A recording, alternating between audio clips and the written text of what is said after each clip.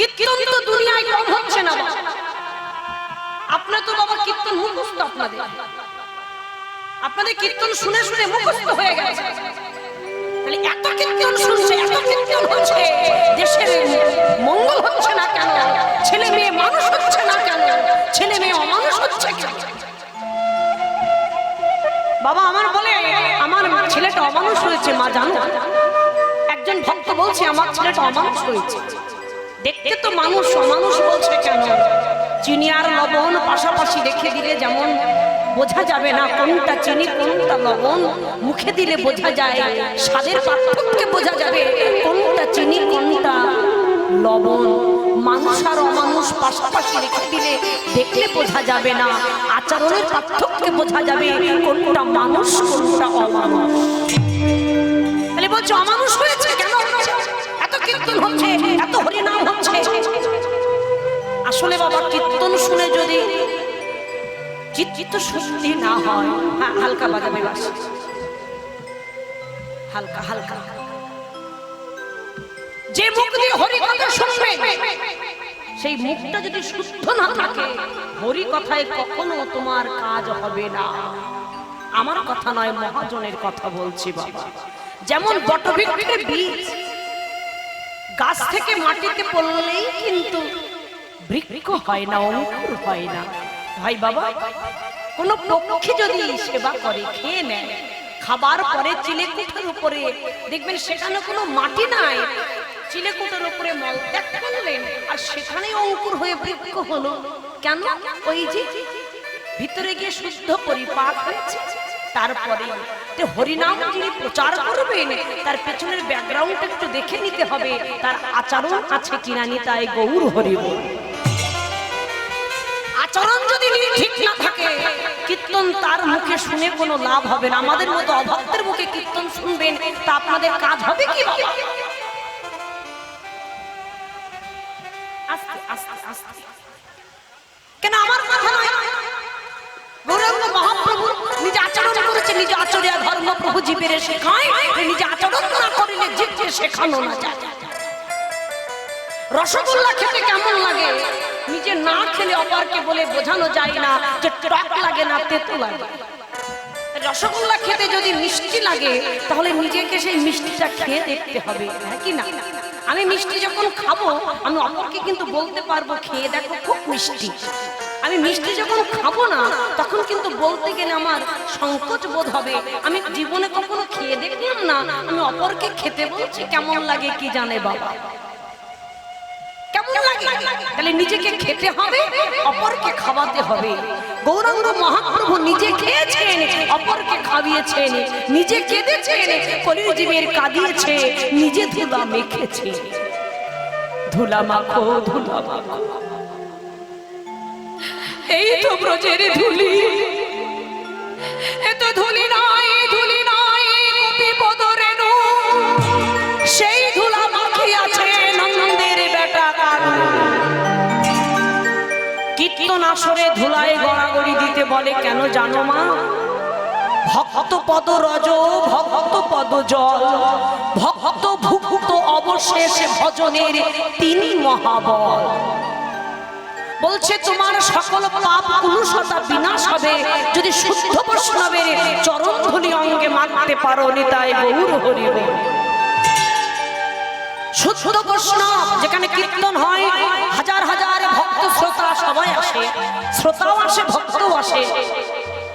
লাখো শ্রোতার মধ্যে একটা ভক্ত যদি বসে থাকে, সেই ভক্তের চরণ ধুলি যদি কেউ অঙ্গে মাখতে পারে তাহলে তার ত্রিতাপ জ্বালা দূরে যাবে, কৃষ্ণ ভক্তি লাভ হবে, ইহাতে কোনো সন্দেহ নাই। তাই গৌর হরি হরি বল।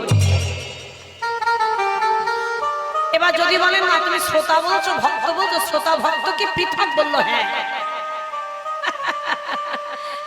লাখো শ্রোতা থাকতে পারে, শ্রোতা তো 1 লাখ থাকতে পারে, কিন্তু ভক্ত থাকে 2-4 জন। প্রকৃত সুস্থ ভক্ত যারা নিষ্কিঞ্চন বৈষ্ণব, যারা প্রসাদ ভোজী, যারা বৈরাগ্য নিয়েছেন, যারা সন্ন্যাস নিয়েছেন, সেই সাধু যদি কীর্তন আসরে বসে, তার চরণের ধুলি যদি অভক্তের অঙ্গে একবার পড়ে তারও দেহটা শুদ্ধ হয়ে যায়।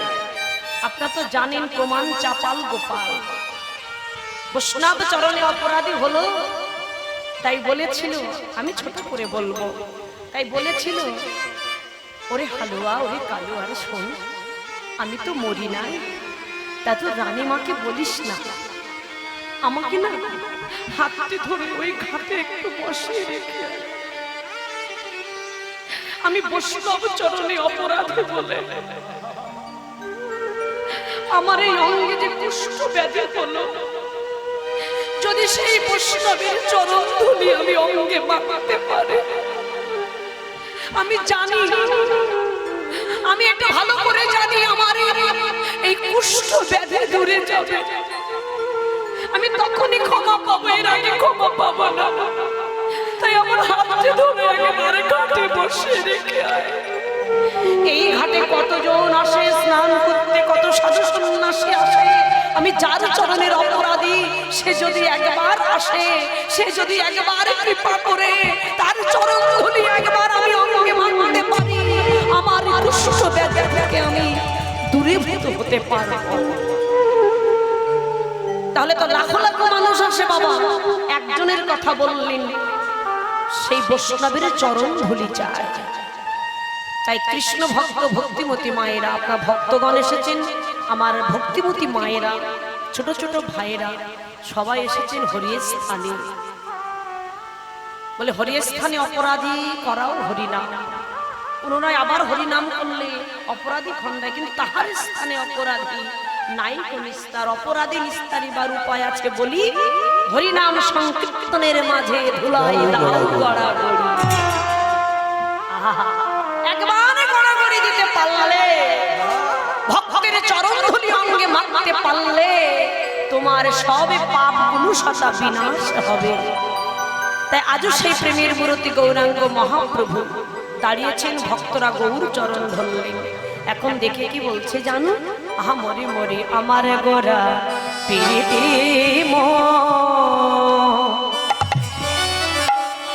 আহা পিরিতি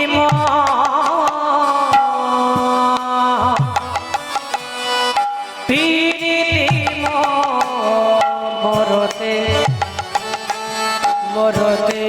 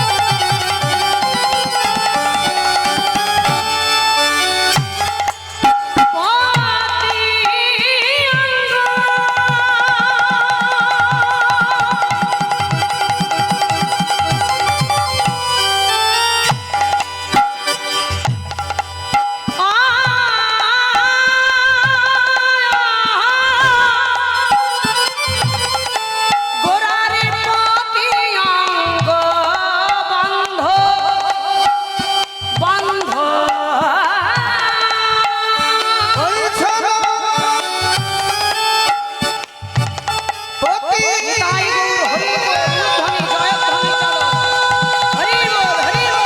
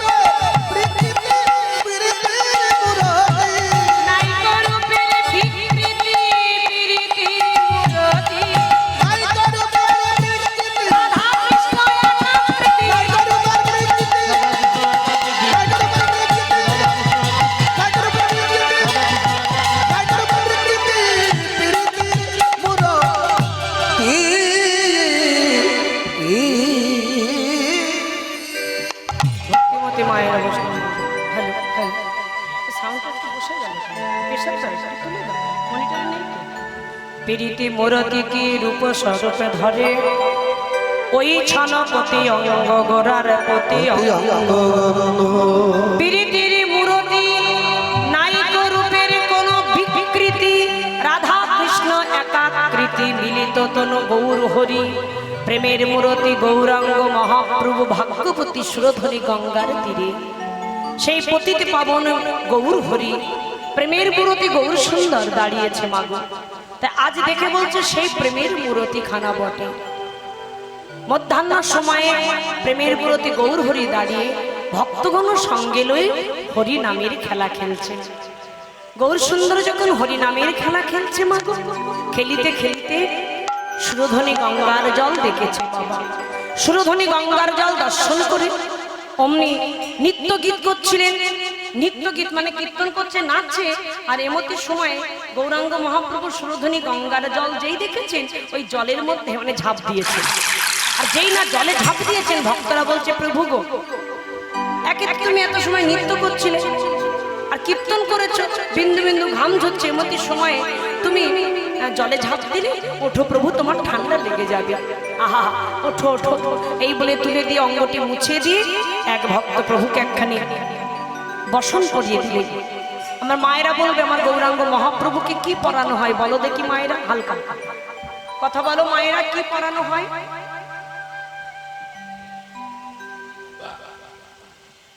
বাবা আপনি বলুন কি পরানো হয়?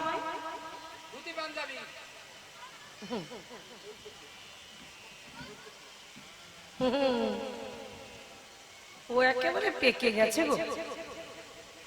হ্যাঁ গো, ও আমার কাছে গিয়ে বলছে আপনি কি বন্দনা রাহা? আমি বললাম হ্যাঁ বাবা, তুই কে রে? আমি ঘুমাচ্ছিলাম। বলে আপনার দলে কোনো কিছুর অভাব আছে? কেন? বলছেন আপনার কর্তাল মানে এসেছে? হ্যাঁ এসেছে। মানে কেন? আমি কর্তাল বাজাতে পারি। বলছে বাবা আর কি পারিস? খোল বাজাতে পারি। বাবা আর কি পারিস? ভাই কিবোর্ড বাজাতে পারি। তাহলে তো কিছুই লাগবে না, তুই একাই তো সব করতে পারবি। একেবারে নিজে নিজে সব করে নিয়েছে সেজে গুজে। বলে আপনার কিছু লাগবে না, সব করে দেবো, আমি গানও করতে পারি। একেবারে তাহলে ঠিক বলেছে, কিন্তু তা নয়। আজকের দিনে গৌরাঙ্গ মহাপ্রভুকে এক ভক্ত একখানি শাড়ি পরিয়ে দিয়েছে। আচ্ছা বাবা শাড়ি পরালো কেন? শাড়িটা পরালো কেন? রাধা ভাব ঠিক বলেছে। রাধার ভাবে ভাবিত আমার গৌরাঙ্গ তনু, যার বাহিরে গৌরাঙ্গ ভিতরেতে কানু। এক ভক্ত ছুটে এসে গৌরাঙ্গ মহাপ্রভুকে একখানি নীল শাড়ি পরিয়ে দিয়েছে। আহা, যখন কিনা শাড়ি পরিয়ে দিয়েছেন, গৌরাঙ্গ মহাপ্রভুকে দেখে মনে হচ্ছে গৌর কিশোর নয়, এত সময় কিশোর ছিল, কিন্তু এখন মনে হচ্ছে যেন কিশোরী সেজেছে। কিশোরী সেজেছে, কিশোরী সেজেছে, কিশোরী সেজেছে, কিশোর নয় কিশোর নয় কিশোরী সেজেছে, কিশোর নয় কিশোর নয় কিশোরী সেজেছে, কিশোর কিশোরী সেজেছে কিশোর নয় কিশোর নয় কিশোরী সেজেছে আমার কিশোর নয় কিশোরী সেজেছে কিশোর নয় কিশোর নয় কিশোরী সেজেছে মনে হচ্ছে কিশোর নয় যেন কিশোরী কিশোর আর কিশোরী মানে এখন মনে হচ্ছে পাক্কা রাধারানী গো আর যেই না সাজিয়েছেন ভক্তদের বললো তোরা সাজিয়ে নিয়ে যাব সূর্য পূজা দিতে ধোপে দেব গন্ধ পুষ্প ধোবে গন্ধ পুষ্প ধোপে দেব গন্ধ পুষ্প ধূপ গন্ধ পুষ্প ওইরা মিষ্টান্ন যে হয় সাজা আর ধূপ গন্ধ পুষ্প মিষ্টান্ন হয় যে সাজা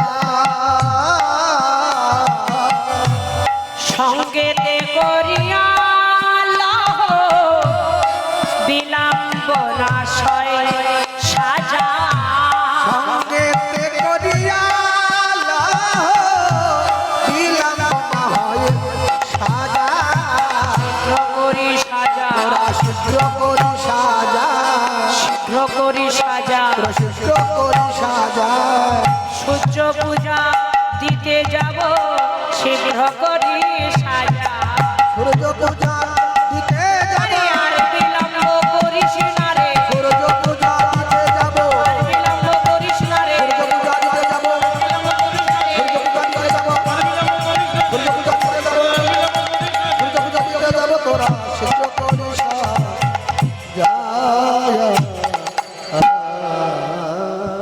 ভক্তিমতী মায়েরা বসলাম মন্ডলীগণ বললেন তোরা সাজিয়ে নে ধূপ দীপ গন্ধ পুষ্প মিষ্টান্ন ভাবাবেশে কিন্তু বাবা প্রকৃতপক্ষে বুঝে নেবেন মা ওই যে ধূপ দীপ যেগুলো আমরা দিয়ে পূজা করি ওগুলো যদিও তোমার কাছে না থাকে তুমি মনোভক্তি মনোচন্দন মন তুলসী নিবেদন করে যদি একবার দিতে পারো ভগবান তোমার কাছে জনমের মতো বাধা পড়ে যাবে সেটাই হচ্ছে প্রকৃত ভক্তি প্রকৃত পূজা তুমি পূজা করবে তুমি সবকিছুই দিলে কিন্তু তুমি প্রেমার ভক্তি দিলে না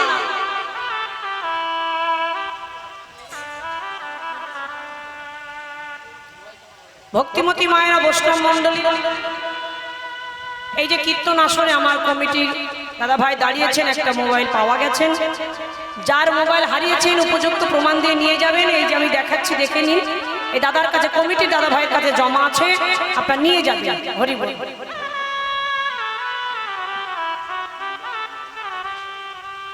হ্যাঁ উত্তর কৃষ্ণপুর যাই হোক আমি প্রথমে বলেছিলাম নামটা ভুল হয়েছে উত্তর কৃষ্ণপুর যাই হোক আমার লেখা ছিল ডায়েরিতে ওইভাবেই বলেছি যে ভুল হয়ে গেছে ক্ষমা করে দিও ওটা ঠিক আছে হরি বল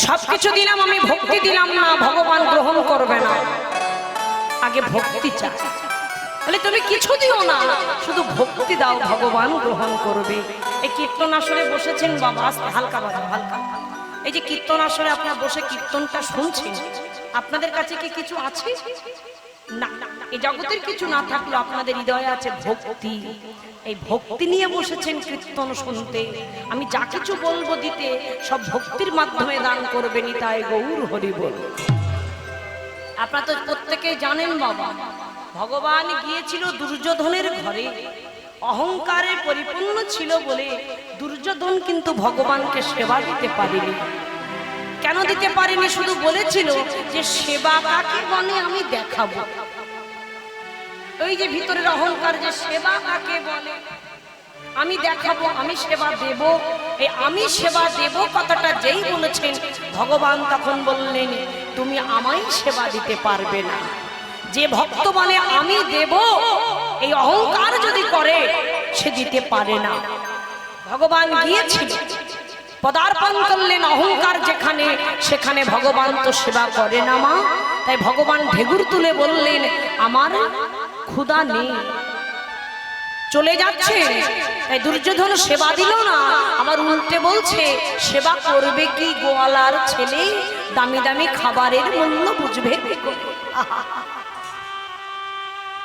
কর্মে যুগল টু ফল হলো না, অথচ চলে যাচ্ছে ভগবান। যেতে যেতে পেছন টান দিলেন, মনে পড়লেন এই তো আছে পাশে বিদুরের ঘর,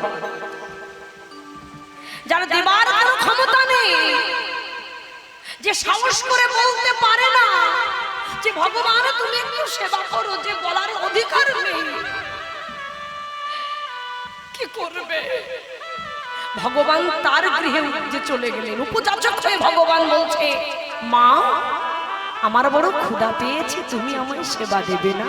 কে? ছোট্ট কুঠিরি থেকে বাইরে এসে দেখছেন বাসুদেব কৃষ্ণ ভগবান। এ কি ভগবান, তুমি এসেছো?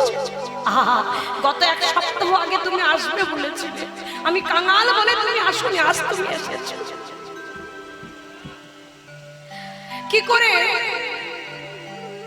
কি করে সেবা দেবে? তো কিছু নাই ঘরে, বসতে দিয়েছেন বাবা, নয়নের জলে বদন ভাসিয়ে কাঁদছে। তুমি এসেছো, তুমি সেবা করতে চাইছো মা, আমার ক্ষুধা পেয়েছে। আচ্ছা যদি কেউ মা বলে ডেকে খেতে চায় তখন কি হয়? মা ঘরের মধ্যে প্রবেশ করে খুঁজছে আমি একটু সেবা দেবো, কিন্তু কিছু তো নেই। খুঁজতে খুঁজতে পেয়েছেন এক ছড়া কলা, তবে এক সপ্তাহ আগে আনা ছিল, শুকিয়ে গেছে, পচে পচে গেছে। ভগবানকে কাছে পেয়ে কোলের উপরে নিয়ে ওই কলার শ্বাসগুলো ভিতর থেকে নিয়ে বাইরে ফেলে দিয়ে ওই খোসাগুলো ভগবানের বদনে তুলে ধরছে। খোসাগুলো যখন তুলে ধরছে বাবা, এই অনুরাগ না হলে কি আমার গোবিন্দ মেলে? তার বাহ্যিক জ্ঞান হারা না হলে কি আমার ভগবানের কৃপা হয়? অমনি খোসাগুলো তুলে বলেছিল যে ভগবান তুমি তো কাঙালের ঠাকুর, আমি তোমার কি দিয়ে সেবা দেবো বলো? এই বলে যখন তুলে ধরছে ভগবান তৃপ্তি করে সেবা করছে। আপনার অনুভূতি করুন, কীর্তন হচ্ছে অনুভূতি। তাহলে যিনি প্রতিটি জীবের আহার যোগাচ্ছেন, যিনি ভগবান, আচ্ছা তিনি কলার খোসাগুলো সেবা করছে কেন? আসলে ভগবান তো সেবা করেন ভক্তের প্রেমার ভক্তি। এই খোসার মধ্যে দেওয়া ছিল প্রেমার ভক্তি, তাই ভগবান তৃপ্তি করে সেবা করছে বাবা।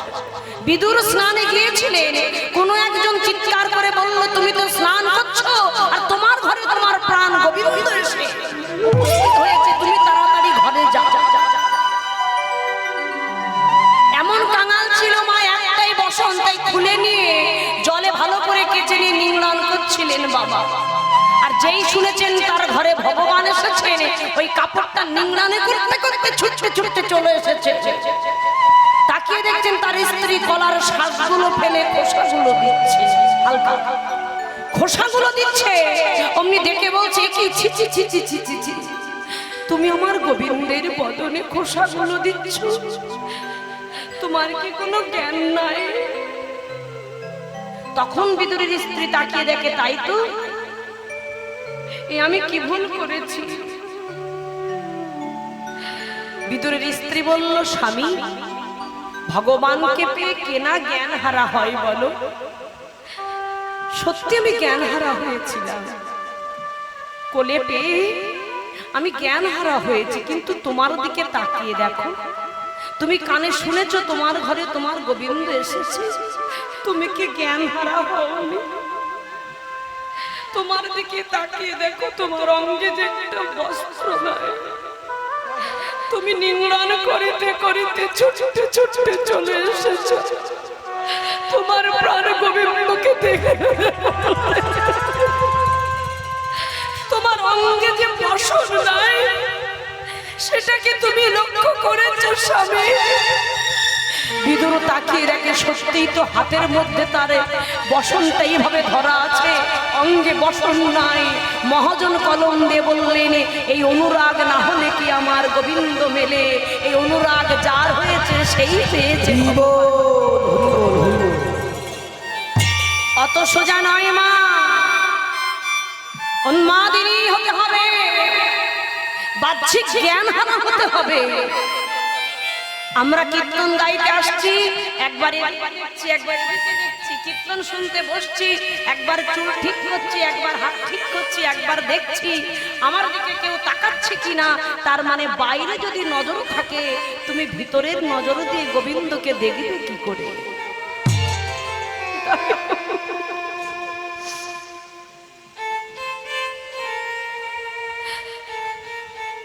যার খসেছে সেই পেয়েছে। ওমা,